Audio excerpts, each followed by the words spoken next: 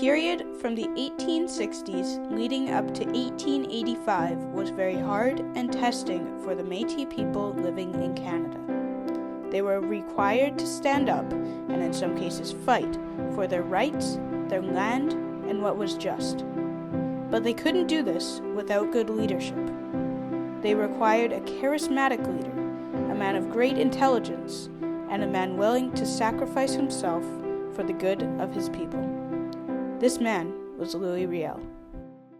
The Métis faced many obstacles to overcome in this time period. Among these were the land speculators sent to abolish the Métis system of land, known as the seigneurial system, the disappearance of the bison, the construction of the Canadian Pacific Railway, and the use of land scrip. All of these events, indirectly or directly, caused confrontation with the government. This constant conflict led to the Métis people having a poor quality of life. Louis Riel, referred to by some as a Métis prophet, was essential in keeping the Métis collective head above water. Among other ventures, he negotiated rights for them and encouraged the Métis to fight for what was rightfully theirs if necessary. If not for Louis Riel, it seems likely that the government of Canada would have eliminated the Métis' rights, and their culture and heritage would have been lost forever.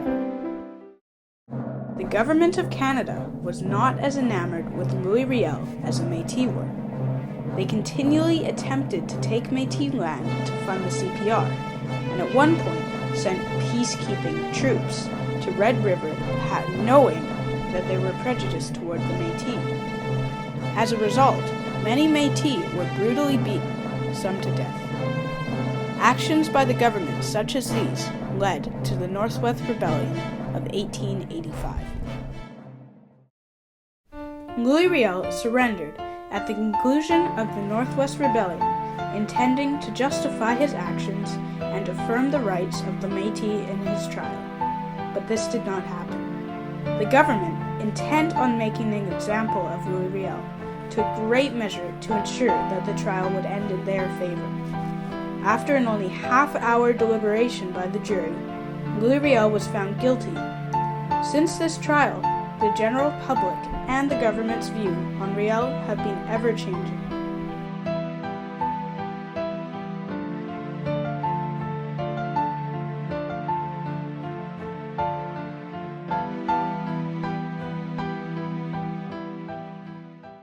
Canada's perception of Louis Riel has done a complete 180-degree turn since his trial.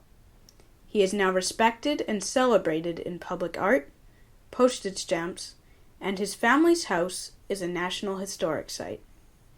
One can conclude from this that the result of his trial is no longer considered justified. Although conditions have improved for the Métis since the 19th century, many still encounter problematic conditions in life. In urban communities, Métis children are twice as likely to live with a lone parent than non-Aboriginals. Also, in 2006, 14% of Métis lived in homes needing major repair, and they are twice as likely to live in crowded homes in need of repair than non-Aboriginals. In Manitoba, the blight of Métis people today is rooted in years of government oppression. Jean Teillet is a Métis lawyer who has set out to change these conditions, continuing Louis Riel's fight for justice and fair treatment for the Métis people. Manitoba has a terrible record with all the things that Louis Riel negotiated in 1870, right? He negotiated language rights. He negotiated French education rights and Catholic education rights, and he negotiated Métis rights, right? Those are all embedded in that Manitoba Act of 1870. Manitoba has ignored all of them, and we've had to go to the Supreme Court of Canada on every one of those cases. She, along with the Manitoba Metis Federation, is currently awaiting the result of a case involving lands promised but not delivered to the Métis by the federal government in the Manitoba Act 1870. This is the case that could potentially crack open that negotiation door so that Métis can sit down and talk about land issues which we've never been able to talk about before. For Jean Teillet, the person continuing Louis Riel's fight in the modern day, Louis Riel had all the attributes of a great hero. He never did anything for himself. None of it was about his own personal aggrandizement or to get himself forward or to make money or to have a big house or anything like that. He didn't care about any of those things. It was always about this attempt to do something for his people. And I think that's why the people respond with so much love. Aside from being selfless, Riel had many other positive traits.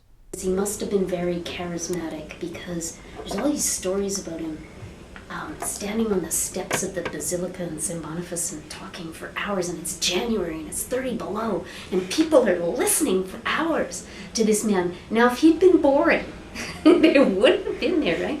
Although the Métis were Louis Riel's main subjects, he did not only advocate for them. He was way ahead of his time. You look at what he's talking about. He wants votes for everybody. He even says he wants votes for Jews. He wants the people to them to be able to come and own land. Well, some of the people, and black people and things like those people wouldn't have been able to do this anywhere else if they were in Ontario. He was 100 years ahead of his time.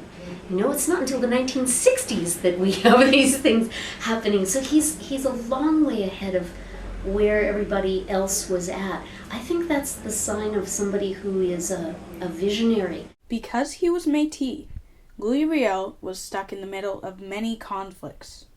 Because of this, he is very important to modern Canadians' issues. He touches all of our great themes. He touches, what are the big strains in Canadian history? French English, right? There he is, the Francophone leader. Western alienation, Eastern domination, there he is, the voice of the West. Aboriginal, non-Aboriginal.